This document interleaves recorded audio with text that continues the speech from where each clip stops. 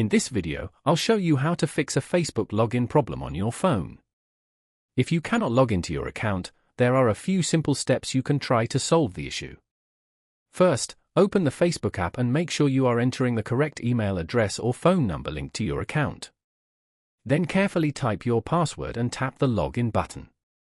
If you still cannot log in, tap the forgotten password option on the login screen.